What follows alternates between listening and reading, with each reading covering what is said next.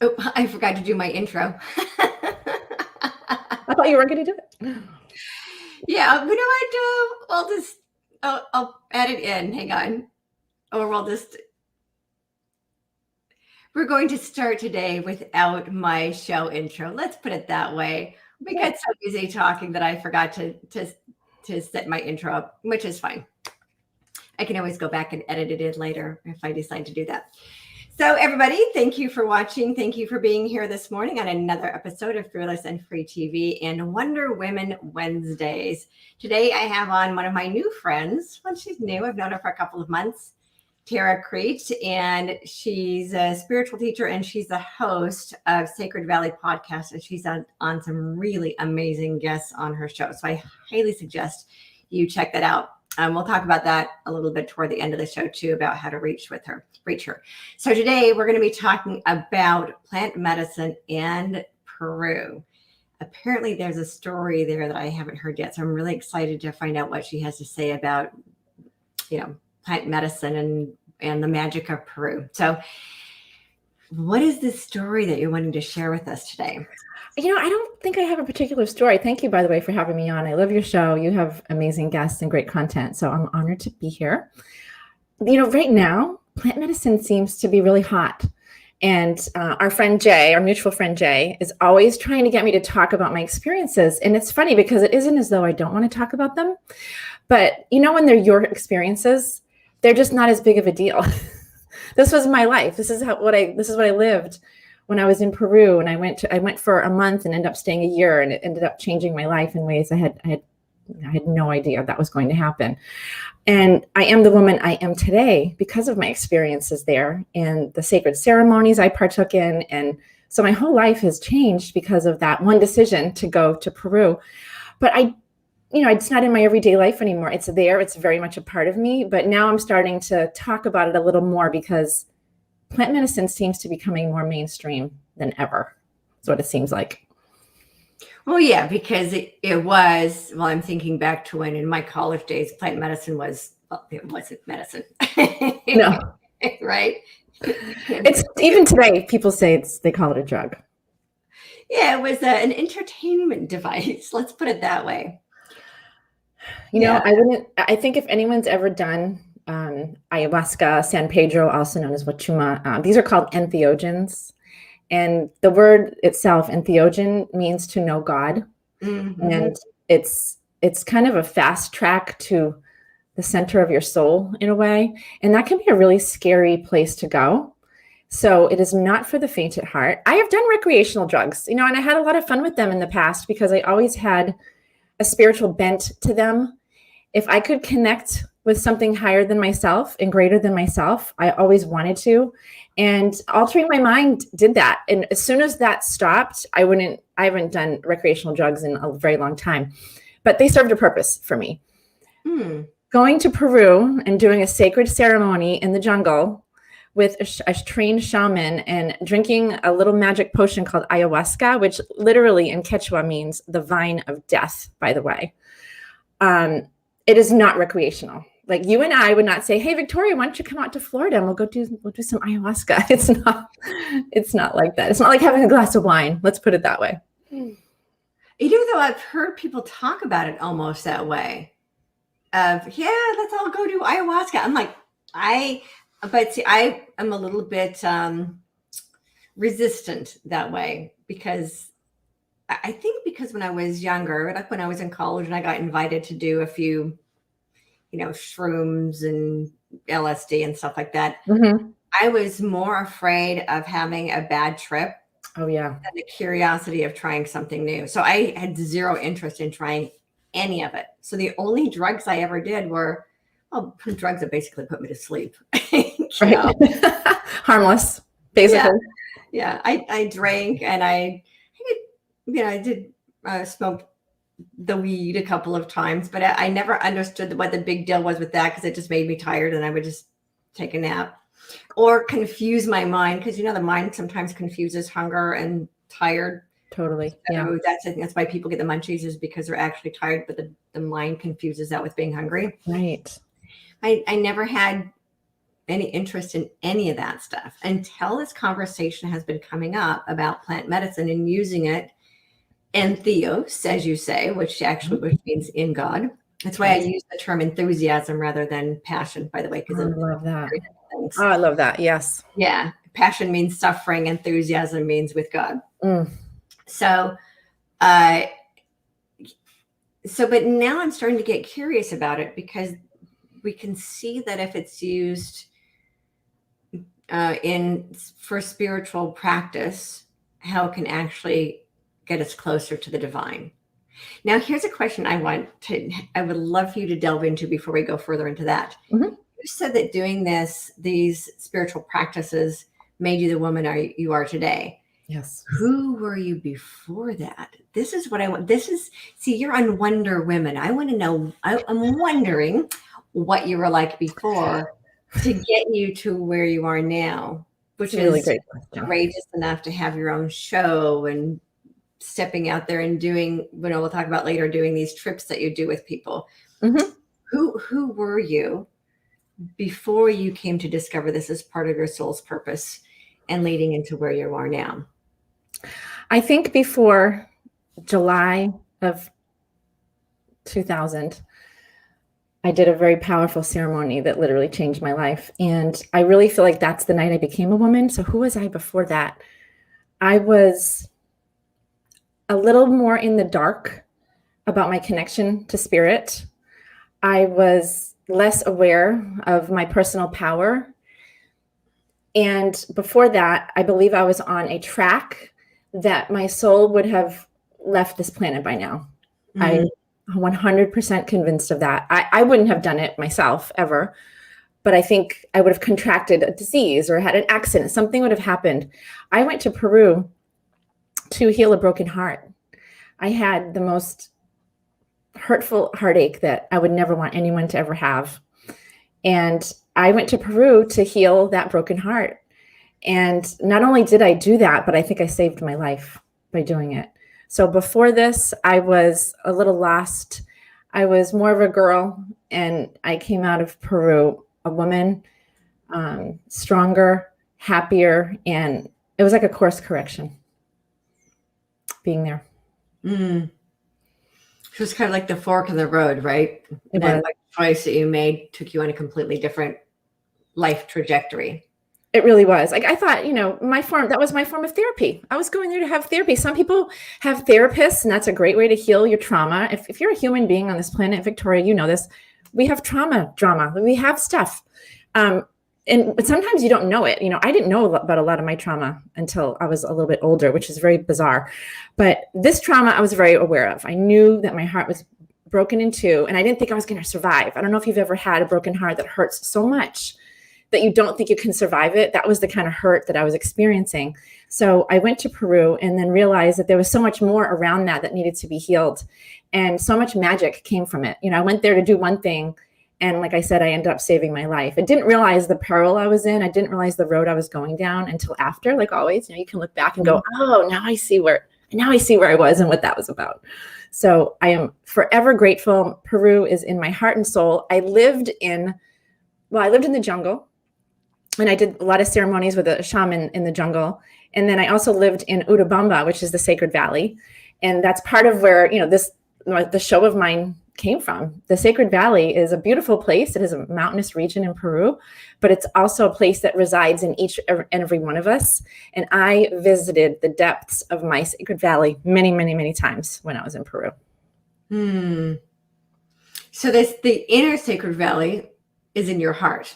That's right. I believe it is. And I think we all have that special place. And I think that's where all the magic happens. Because for me, in the Sacred Valley, I visited the depth of my Sacred Valley, and I created a lot of magic there. But, you've been through a lot of stuff. You've shared your story on my show before, and we learn from these deep, dark valleys.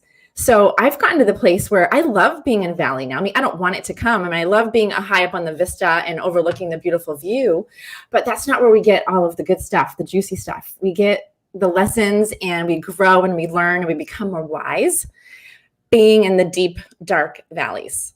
So when you're in that valley, I just encourage everybody to just be thankful. Just wait it out. Just pray and be thankful, because when you come out of that valley and you go back up to the peak, you're going to be an entirely different person. Right. Well, the valleys are scary, and they're uncomfortable, and they're heartbreaking and incredibly transforming. So part of that is, yes, being able to look at the valleys of our life through the eyes of transformation. Absolutely. And that when we start to see this is part of the transformational process, then there's a hidden gift in every one of those. We just have to be willing to look at our most I guess frightening experiences, downtrodden experiences, as the opportunities that they presented. Nobody gets out of a human experience without experiencing being a human. Right? I mean, that's not what this planet's about. Yeah. And the quicker people realize that, the quicker people understand that, oh, okay, so I'm actually not here just for the puppy dogs and the rainbows. Those are great. I love them just as much as anyone else. But we're here for the richness of life and to learn, and I believe to evolve. What happened with me through actually even the recreational drugs I was doing, and then into the Peruvian experiences and my mind altering years, I guess, I don't do that as much anymore, was my evolution, my soul's evolution skyrocketed. And it was so interesting because I had a reading from someone a few years ago, Jill Renee Feeler, and she's a wonderful woman who is really in contact with her guides, and she reads your guides and she gives you messages from them. And this woman doesn't know me from anyone. And she said, the first thing they want to tell you is how well you've done with your evolution. And it was so nice to get that acknowledgement, because no one knows that except for me. No one really knows what you go through except for you. And it was really nice to get that little admonishment that I have really evolved a lot. I didn't have children in this lifetime. I had to raise my own inner child. And that's a big part of also what I was doing in Peru. I had to raise me this lifetime. I've been a mom many, many times, and I probably will be again. So I took this lifetime off. Oh, nice. So I talk about reparenting ourselves all the time. Yeah. So I think a lot of us need to do that, especially if we had unloving, unsupportive parents. We got to go back in and reparent ourselves. So I did that a lot when I was raising my kids, when I was reparenting myself while I was parenting my children. You were healing yourself. Mm-hmm. So I would, whenever they would hit markers in their lives that were painful points in my own life, for example, when my first molestation experiences when I was 9, and when my daughter turned 9, I kind of had to go back into my experience and heal that experience. And so that reparenting is an incredibly important part of the process. And I don't know that a lot of people understand how invaluable that is, that we actually can reparent ourselves. It's so true. And I never called it that, but it's such a perfect word for all that I did, because my parents are great. They're still alive. They might even be listening to this at some point, and I love them. But they didn't get all the love and nurturing that they deserved either. They were both in big families. They had different situations. And I honestly believe I chose my parents. So I love them for giving me life. And I believe I chose this lifetime, and it wasn't perfect. And I was molested at 3.5, and bad things happened later after that too. But interesting for me, I didn't know any of that, Victoria. I didn't let that in until I was in my 30s, like my late 30s.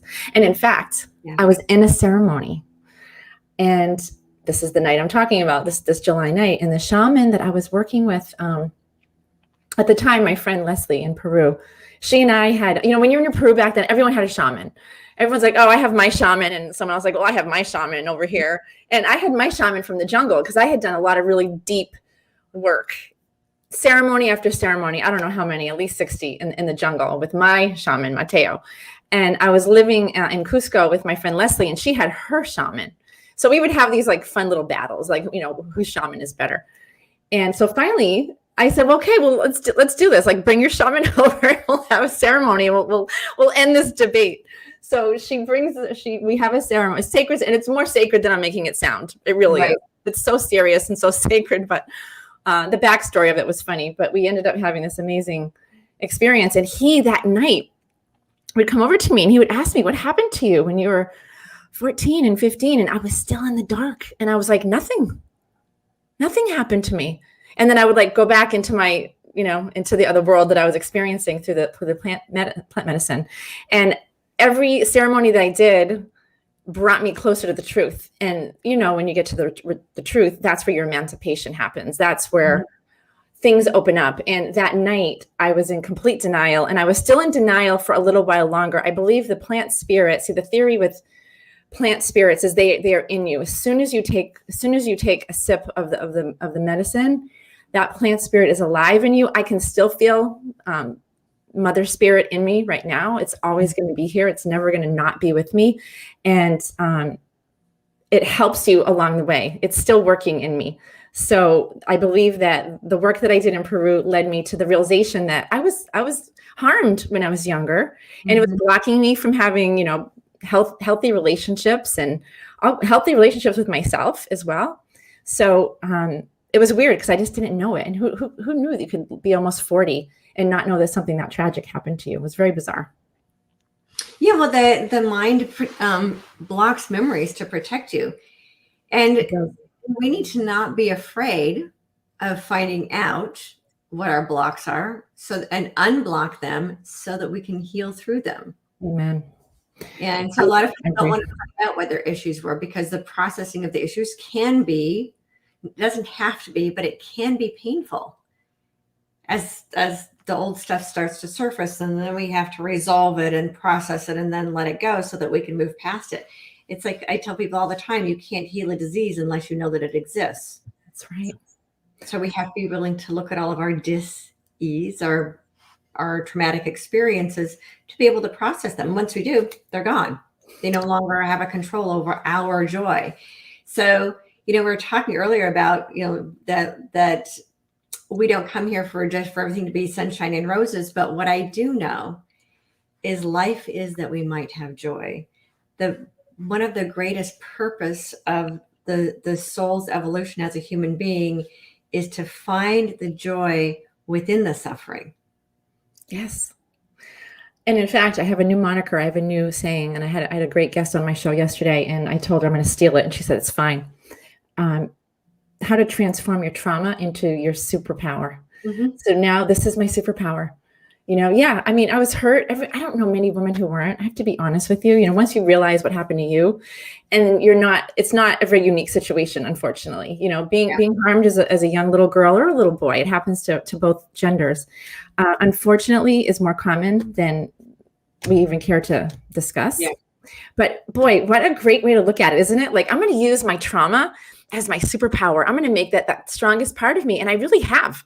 I feel like, hey, that's part of who I've become. And I'm actually at the place right now, Victoria, where I am grateful for what happened to me. Because, the sliding doors, that show with Gwyneth Paltrow, if I had gone through the other door, I don't think I'd still be around. Or if I were still around, I would be miserable. I would have stayed in my hometown. I wouldn't have left. I would have copied who the people around me were, when they're all beautiful and wonderful, but I needed to go and be my own person. I needed to go and discover who I was meant to be in this lifetime.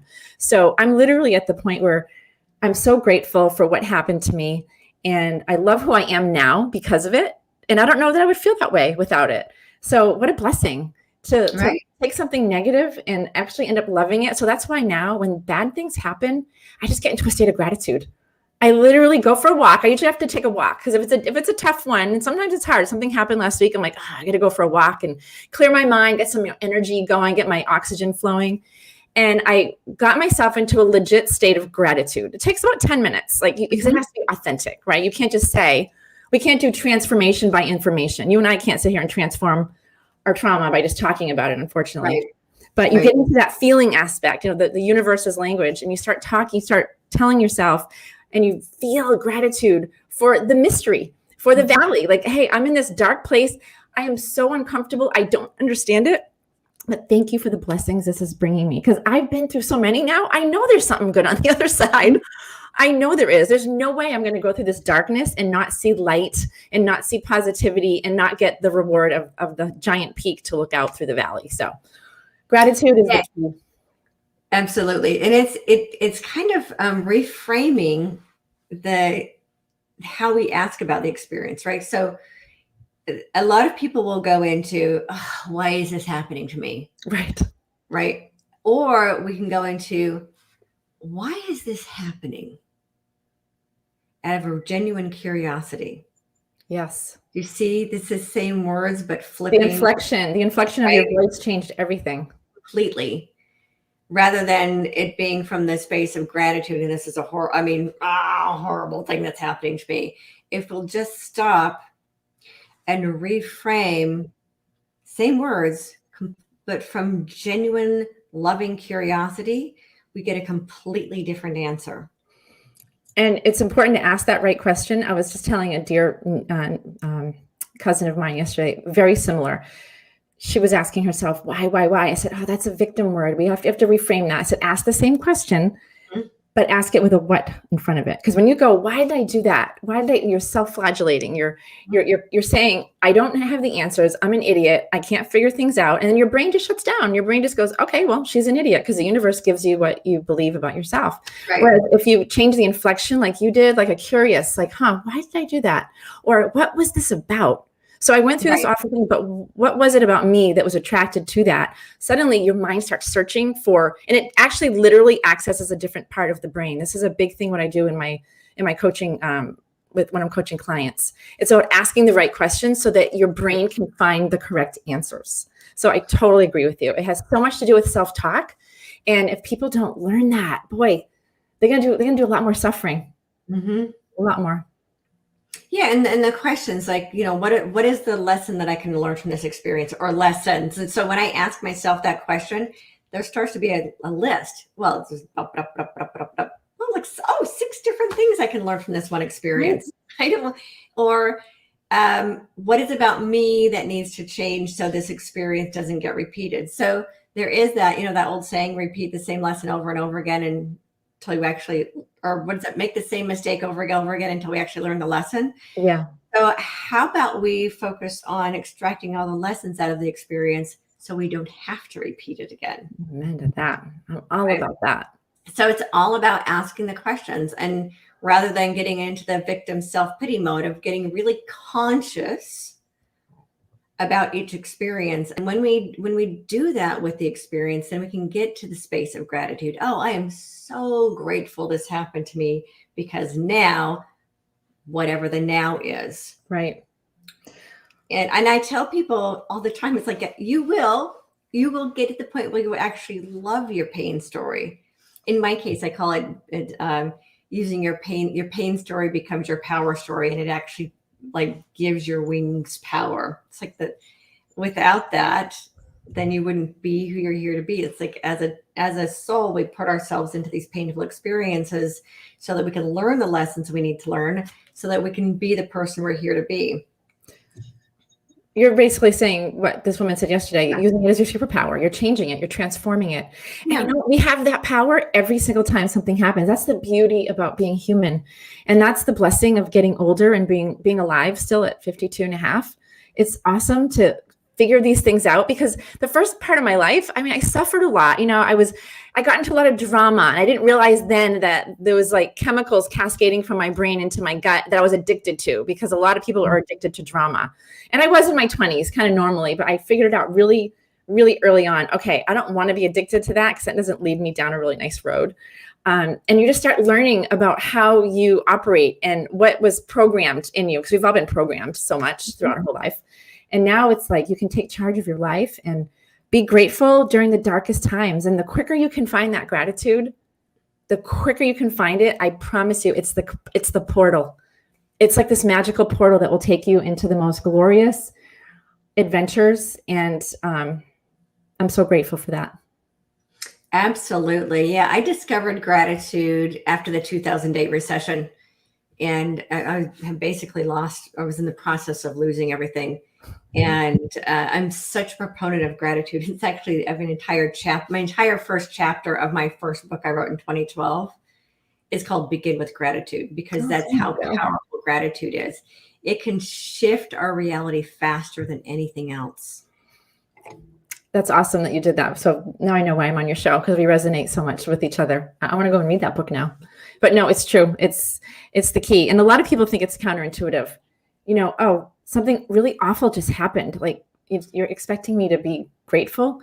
Yes, that's the challenge though. And that's like the ultimate challenge. It's easy to be grateful when you're over it and the reward is there, right? That's super easy. Some people still aren't grateful at that point, but that's the easy part. But finding that gratitude when you're in the valley, like what you were going through in '08, where's the gratitude in that? What did you have to be happy about losing everything, right? When you think of it logically, but the reality is there's a ton of gems in there. There's tons of good stuff if you allow it. That's right. If you don't allow it, that's a question I ask myself a lot. What can I be grateful for in this? And it starts to show up. There have been multiple times in my life, but where it's like, oh, this is too painful. What can I be grateful for in this? Yeah. Yeah. So actually, one of the stories I use all the time to explain how this works is I was sitting in the attorney's office. We were filing bankruptcy. And I asked myself, what can I be grateful for in this? Because for me at the time, bankruptcy was like one of the most horrible things to experience, right? It was like confirmation that I was an absolute total loser. Interesting. So you had a lot of judgment around it. Oh, yeah. Yeah. So as I was sitting in the attorney's office and I asked myself, how can I be grateful for this? What can I be grateful for in this? The response that came in from my inner voice was, be grateful you have the opportunity to start all over again, because not everyone has that opportunity. There are other countries where bankruptcy isn't a thing. You're stuck with the debt for the rest of your life, and generations after you are stuck with your mistakes and your debt. So I was like, oh, I'm being given the gift of a second chance.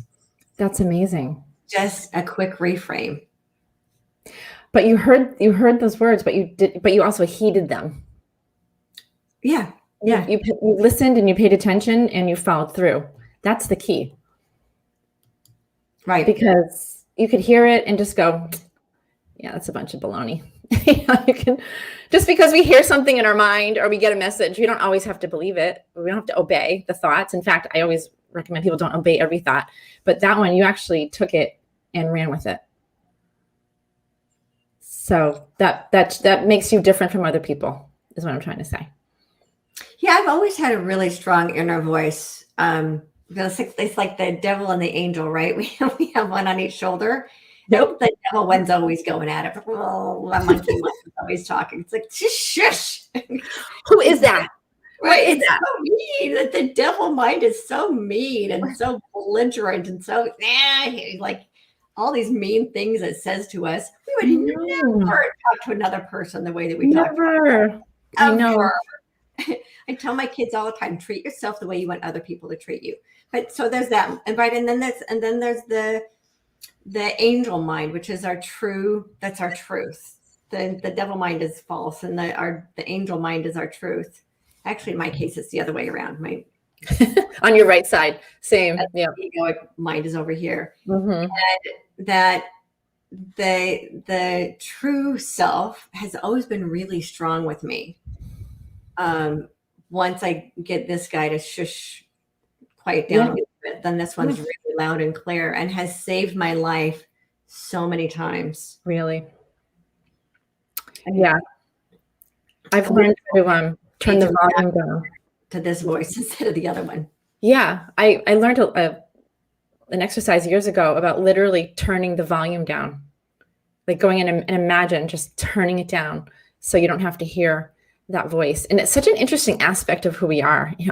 So if you think about it, if you just step back for a second and think about what we're talking about, that, we're one person, but yet we've got these two different aspects, and some have more. Some people have more. I think I only have two. It's a fascinating way to be. And this is what like I said, this experience on this planet is about. It's about mastering this stuff. It's about learning. It's about kind of breaking through the veil, because I believe we come through this world with a veil, right? We don't have all the information given to us. We have the gift of forgetfulness. We forget where we came from. And I kind of feel like it's a game to try to remember how to get back to where we came from and how well we can do and how much fun we can have doing it along the way. And there's booby traps and there's valleys and there's obstacles and there's dead ends. There's all kinds of things. But it's really exciting if you ask me. And the older I get, the more excited I am to still be alive and the more grateful I am. Because there was a time there where I think I just wanted to go back home. Right. I mean, for years, I just asked, I want to go back home. And I'm so grateful I don't feel that way anymore. I haven't said that in a long time. So very happy about that. That's great. Yeah. Yeah. I mean, we chose this roller coaster ride Yeah, for a reason, because it's an adventure. it is. And people forget that this is actually it's an adventure of the soul, right? And the soul's like, I'm going to come down there and I'm going to have this amazing adventure, and I'm going to experience this being a human experience, which is so vast and so emotional. Apparently, human beings are one of the most emotional physical experiences. I've heard that. There's not a lot of emotion in other galaxies and in other places. That's what I've heard. Yeah. And so it's like, whoa, we get to experience this incredible range of emotions that's unique to the human experience. I know. And I think that's one of the reasons souls choose this experience, because it is so vast and so up and down and woo and crazy emotional rides that we go on, for the soul to learn through those. I agree. I think it's a fascinating journey. I think it's exciting. I think to follow your heart is such a good thing to do. I know I did it when I went to Peru. I went there for 1 month and I ended up staying a year, because it literally captured me in a way that was not prepared for, and had no idea that I would feel so at home in a third world country where I didn't speak the language and was not existing in my physical body the whole time. It was amazing. And if anyone's having any dreams out there, if they want to go have any inkling to do something, just go and do it. The universe just loves when we step out of our comfort zone and we try, we take risks, and, we take, be smart about it. Like, don't do like me. Don't go jump out of an airplane or off of a bridge in the middle of the night. I know I do crazy stuff like that. I don't recommend that to everybody, but that's just who I am. I don't know. I can't explain it. I don't have a lot of fear when it comes to stuff like that. That's not for everybody. However, if you feel like you want to go and do something, go and travel. And especially now, Victoria, in this weird time that we're in, everything's being reconfigured. Everything's changing. People are starting to realize, wow, we've been kind of programmed, and I'm ready to break out of this matrix, and I'm ready to go and do something else. So I think more than ever, we're going to start seeing a really different world and different people doing a lot of things. Maybe the veil of fear will drop for some people, and they'll go and do things anyway, the things they've always dreamt of, because how sad to want to do something and then to die with that dream. I don't want that to happen to me. Yeah, well, I think a lot of people, because we know that fear is, we're getting to the point where the end of my understanding is that the collective of souls have agreed to end the time of contrast and to move into the time of peace. And in this time of peace, it's less about the planet. That's what I was shown about 10 years ago. And I was really surprised when this message came in, because I was like, what?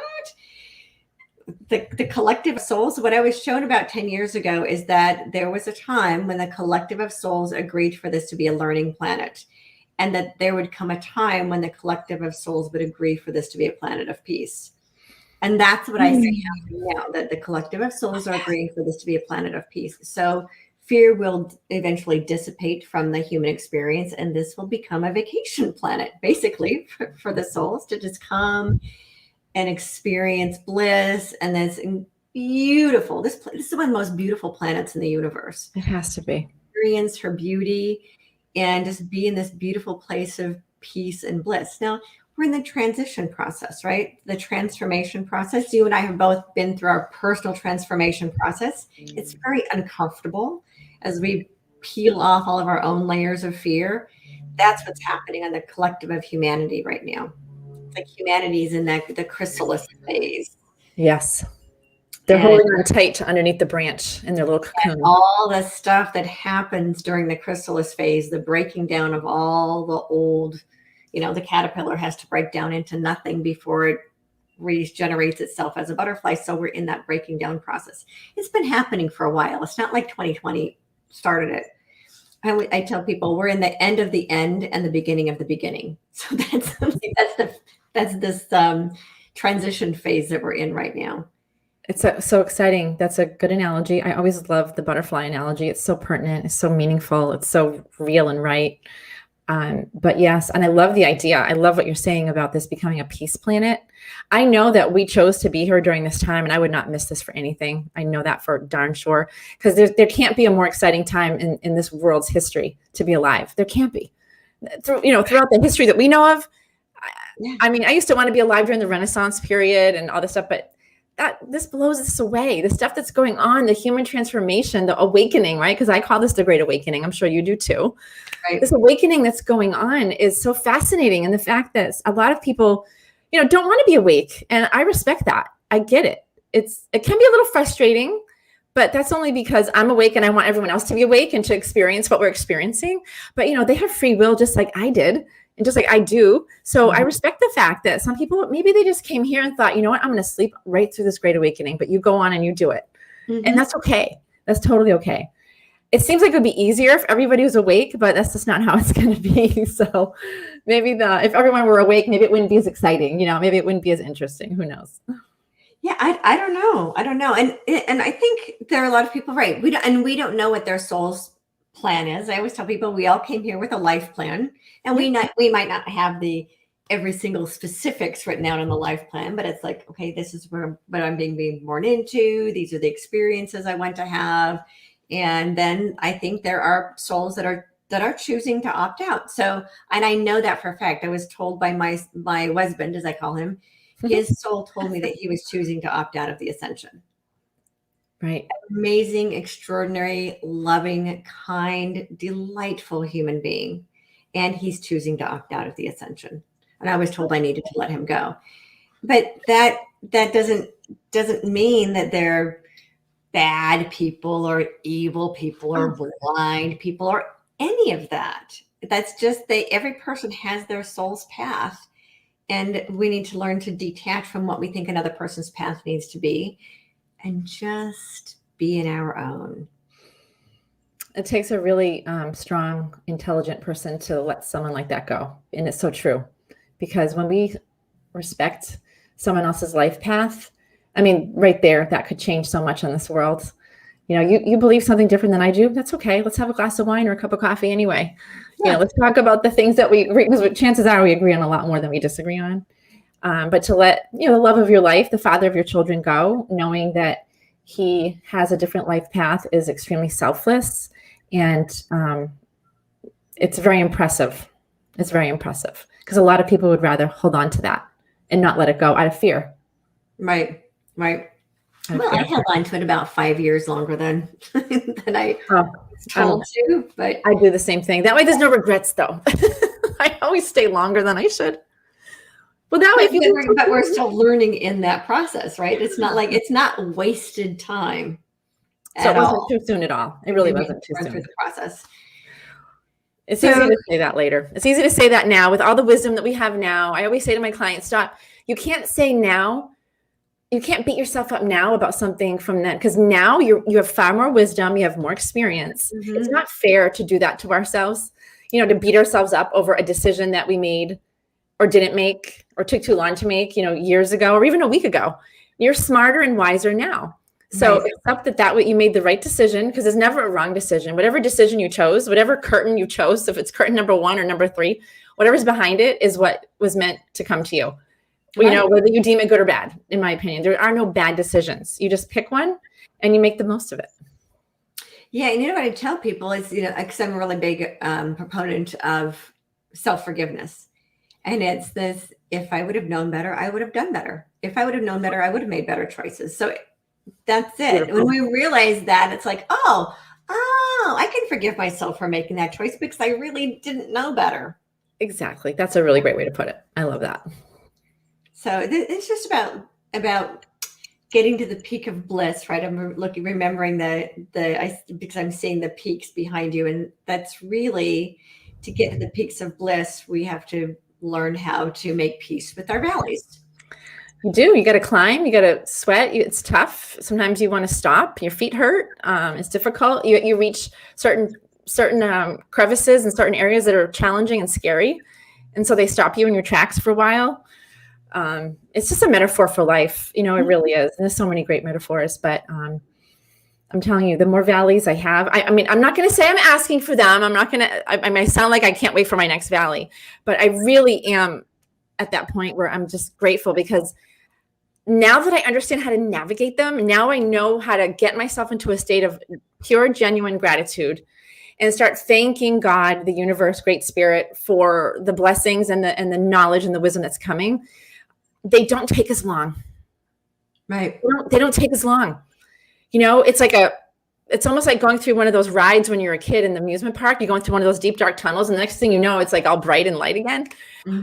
Because I've learned how to navigate it. And I believe that the more you do something, you reinforce the neural nets in your brain. So I have this like gratitude neural net that's growing into other aspects of my brain.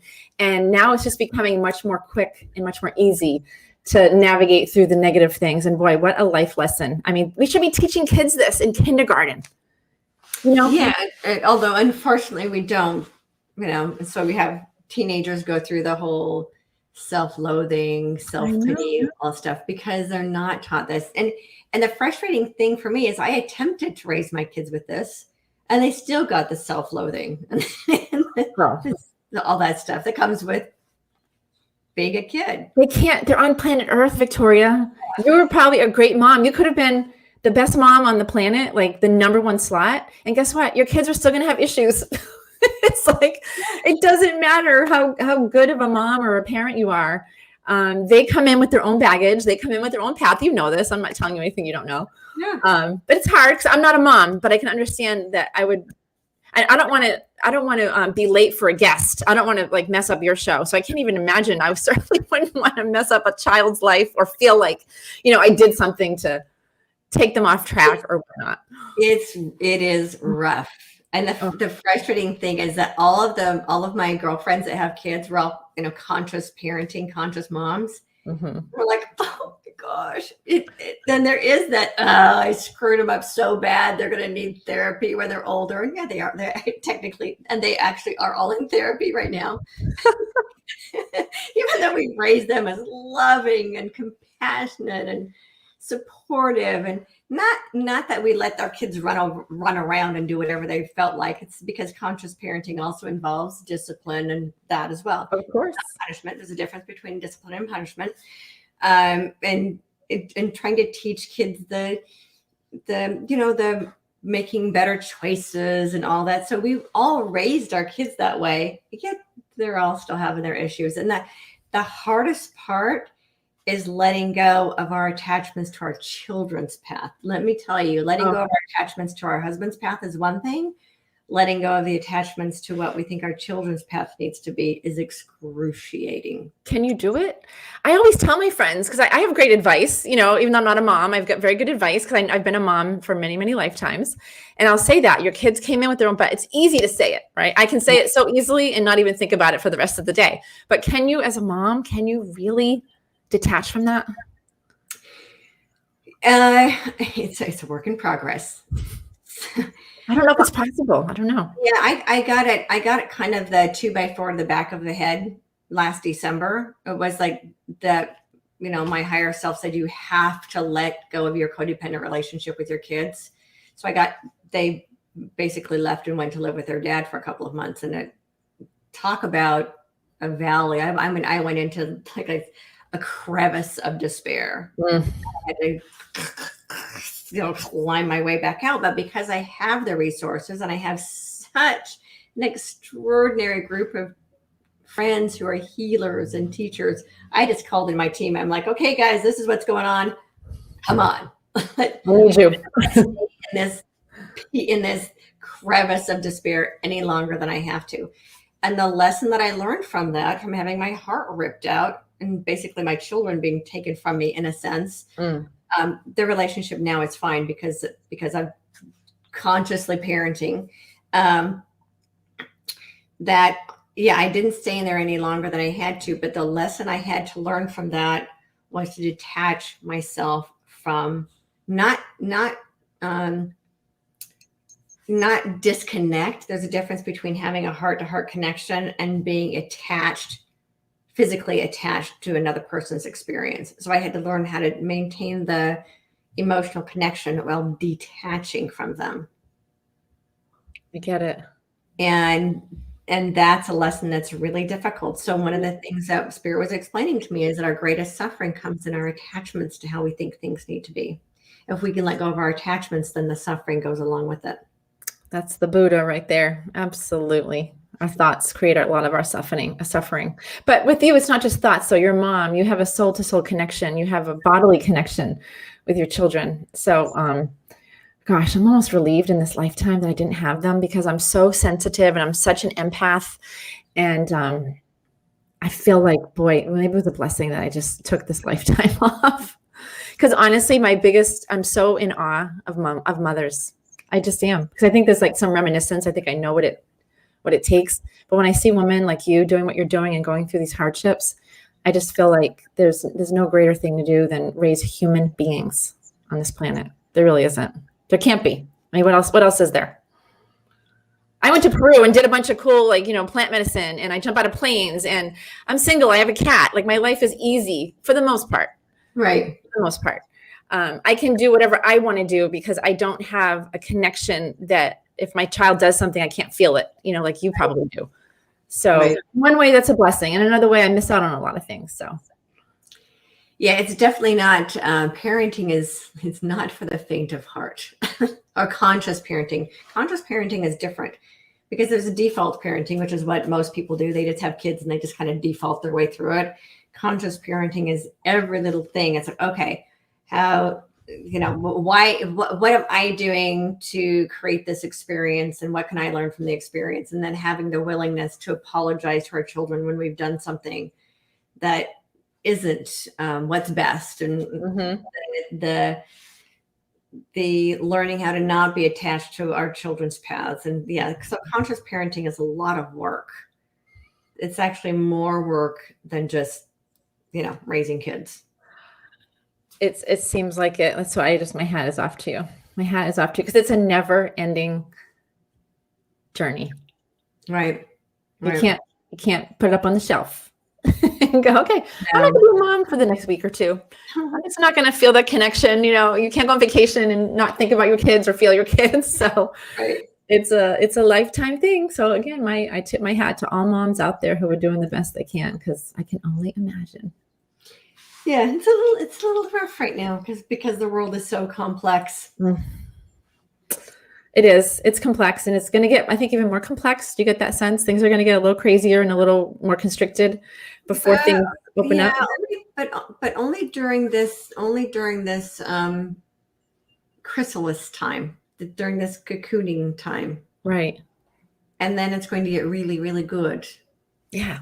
But the next couple of years could be really tough. Mm-hmm. That's what I mean. Yeah.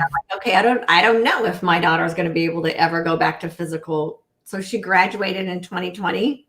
She had a virtual graduation with all the other 2020 kids, and she's been in virtual college since then. So I don't know. Yeah. She has a dream of being an artist, and there was an art school she wanted to go to. I don't know if she's going to make it to finish her degree in this art school that we got her into. And like with my son, I'm like, I don't know if he's going to homeschool next semester, or if there's even going to be school next semester. Like, right. It could get really crazy around here for a couple of years. There's a lot of mystery around the next little bit of time. Yeah, I don't know. But like Deepak Chopra says, and I use this all the time, when we are in the mystery of life, that is where we should be the most comfortable, because it is from whence we came. So again, there's that analogy of being in that dark crevice, that valley, the mystery of life. That's when you should exhale and go, you know what? This is where I'm from. I mean, we came from a mystery. Like, we don't really know where we came from, and we don't really know where we're going. I have a strong idea and I have a very strong feeling, but I can't prove it. And I don't know. I won't know until it happens. So when we're in that strangeness, that unknowingness in life, again, there's that trick. There's that magic. Can you find the exhale? Can you find the comfort when you're in the most chaotic moments in time?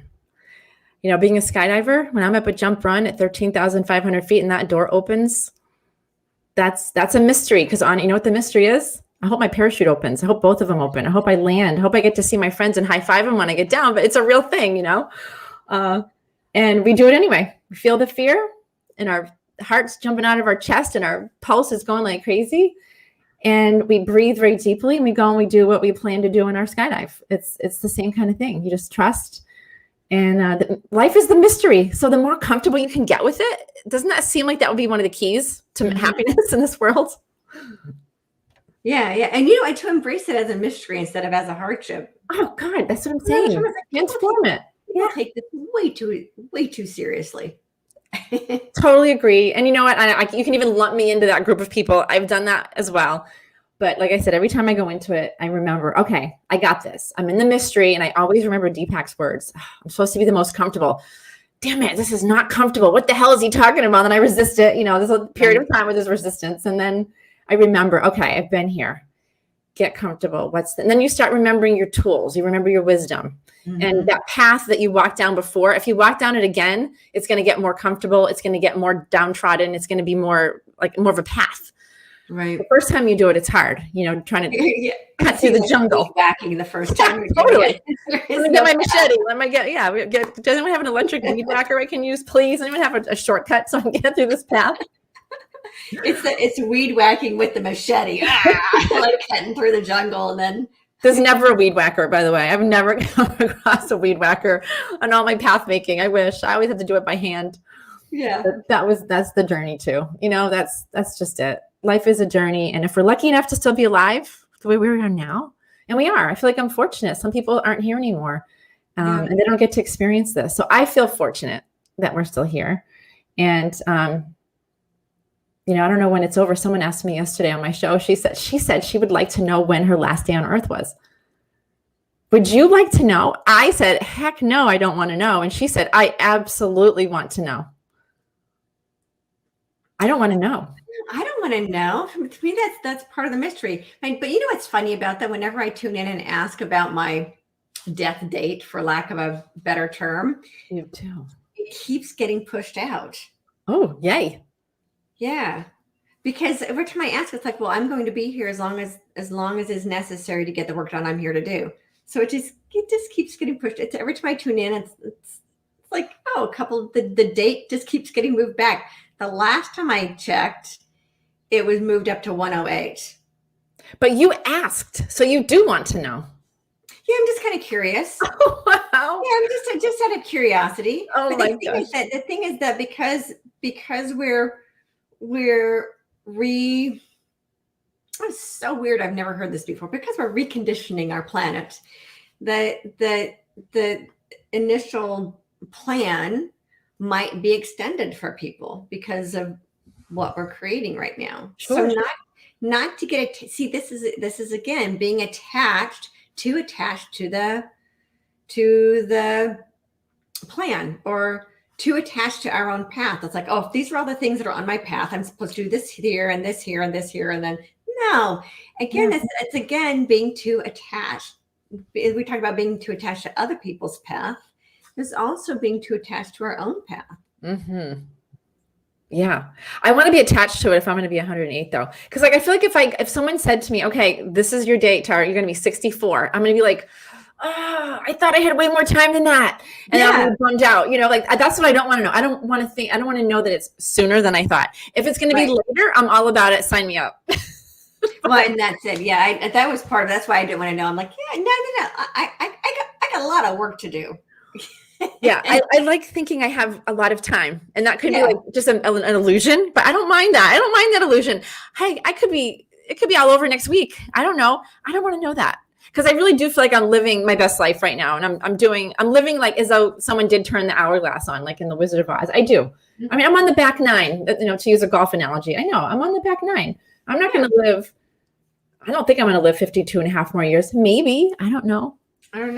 But chances are not. But like you said, everything could be changing. In 40 years, it could be the life expectancy has changed to be 150 now because of the timeline that we're on, or you know, the options that we have. Like, who knows? Yeah. And then who knows what innovations will come into our reality. That's what I'm saying. And you know what? Anything is possible. So anything is possible. Yeah. I'm not afraid of it. You know, I've been in yoga a long time, and one of our teachings is just to think about your death. And I have, but I also don't want to know about it. And I'd rather focus on life, I guess. Absolutely. At this point. Well, but to be okay with the death experience, because the only guarantee in life is that it will come to an end.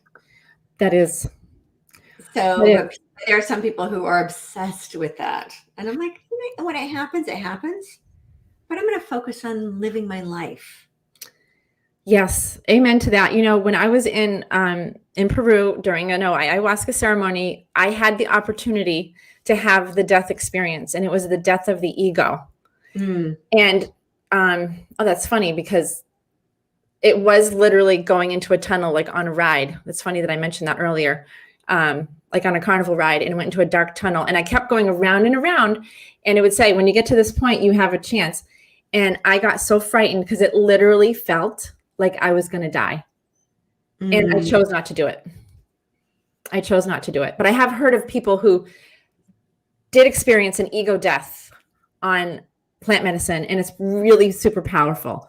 So there was a time there where I was like, oh, darn, I wish I had done it. But at the time, it was really frightening because it literally felt like I was going to die and not come back again. So I opted out of that death experience. So maybe I still feel the same way. So maybe it's all good.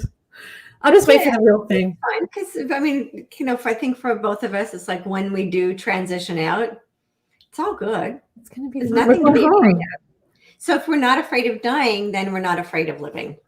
That's right. And that's a big key, I think. If some people don't want to talk about death or they don't want to think about dying, it's like, no, if you think about it, like you said, it's inevitable. Nobody gets out of this place alive. So you may as well contemplate it a little bit. And the more comfortable you can get with, and I think it's so important to have connection to something, a source, whether it's God or spirit or something. I feel like, God, if I didn't have that, I don't know what I would do. I don't think I would be as comfortable. I think I would be dreading it or just want to cling on to my human life if that's all you know or all you believe.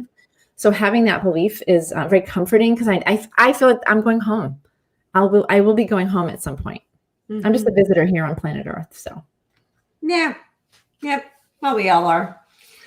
We all are. Yeah. So, hey, I can't believe it's actually already been an hour almost. So tell us about your programs. You take people on plant medicine tours of Peru. Is that one of the things that I have in the past? I'm waiting till things loosen up here on this planet. I'm not into doing the things that we have to do to travel, but I've taken journeys to Peru. A lot of the times they've been yoga retreats, and it's been amazing. I've coupled chakra work. So we would do chakra asanas, and there's chakras that you could pair yourself with in Peru. That was one of my most powerful trips. That will be happening again at some point. But I would say if anyone wants to know about plant medicine going to Peru, please contact me. And I'm sure you'll put my email down there. It's yoursacredvalley@gmail.com. I know so many people that don't go to Peru on your own. I did it. I already did it. I made all the mistakes.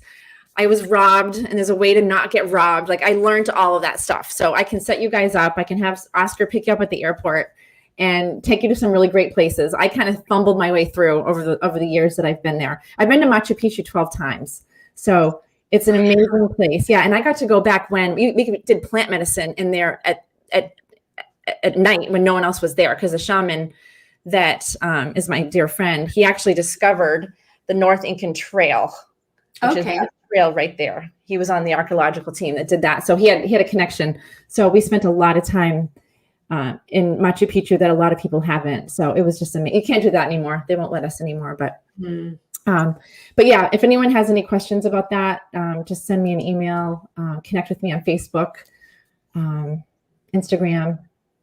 So I'll make sure we put all of your links in the comments below.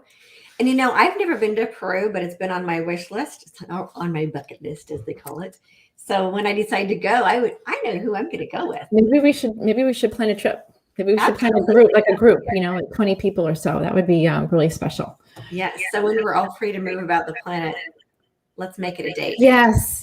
I love that. Can I end with a really quick little poem? Yeah. But really quick, I want to add one more thing for people. Oh, go for it. So Tara, you and I are both also part of the Ascended Masters store. So I just wanted to mention that to all of the viewers, and I'm going to put a link to the Ascended Masters store in the comments below. And it's us and a whole bunch of other beings, if you will, who are helping to forward humanity into this new loving reality. It's not necessarily that we are ascended masters and we're all that. This isn't from an egoic thing at all. It's from our own personal ascension process that we're now helping other people through their process. That's really what that is. And our learning to master the human experience and helping other people master their human experience. So I just wanted to mention that. And so, yes, then please do. That's a great portal. And Ascended Masters is a great portal with a lot of visionaries and a lot of amazing people that have so much to offer. So yeah, thanks for mentioning that. So this was the night in July that I referred to earlier, and it's called The Words of a Goddess. I am the awakening and I am the life. This is my world. I am balanced and one with the earth.